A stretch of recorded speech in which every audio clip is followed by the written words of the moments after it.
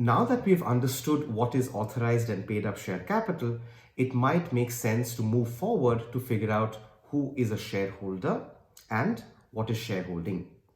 Now, the term shareholder is not defined in the Companies Act. And many a times in many corporate law interviews, you might get asked this question: define shareholder as defined in the Companies Act. Now, this is a trick question because the term shareholder does not appear anywhere in the Companies Act. Instead, we use this term shareholder to mean member of a company. Now, the term member is defined in the Companies Act as somebody who has subscribed to the Memorandum of Association, somebody who holds shares in the company, somebody whose name comes up in the register of members, right? Now, let's take a look at what is shareholding. Now, shareholding is expressed, of a shareholder, is expressed as a percentage.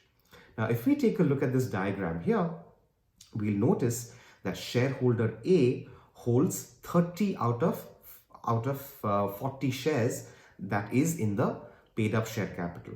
On the other hand, shareholder B holds 10 shares out of 40 shares that have been issued and paid up.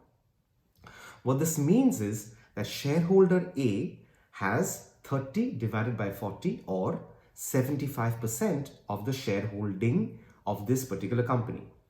As a result, shareholder B has 25% of the shareholding of this company.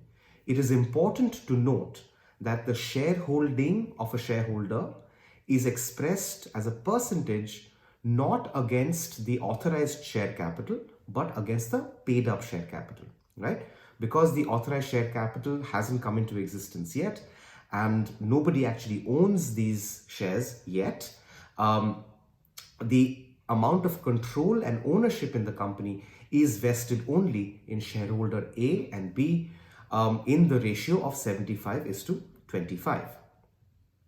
Now, in terms of shareholding, there will be a number of critical shareholding limits which seem to be more important than others.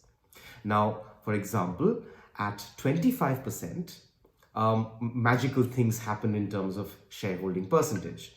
Somebody holding 25% or more shares in a company can stop a special resolution. This is because to pass a special resolution, you need to have a majority of 3/4, right? 75%.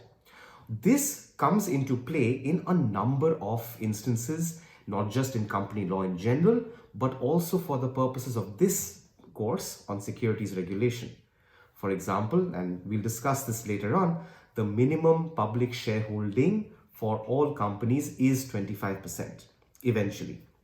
Again, this is slightly nuanced and we'll discuss this as we come to it. Again, under the takeover code is triggered when an acquirer acquires more than 25% of the shareholding of the company. But we'll come back to this as and when we are required to. I'd like to talk a little bit about directors as well. Now, as we've learned in basic company law, shareholders appoint the board of directors, directors run the company, and that's how the control in a company is executed. Now, there has been a century-long debate as to whether or not directors must use profit for the sole benefit of shareholders or shareholder primacy theory, or should directors use that money that have been given by shareholders for the benefit of the entire society or the stakeholder theory.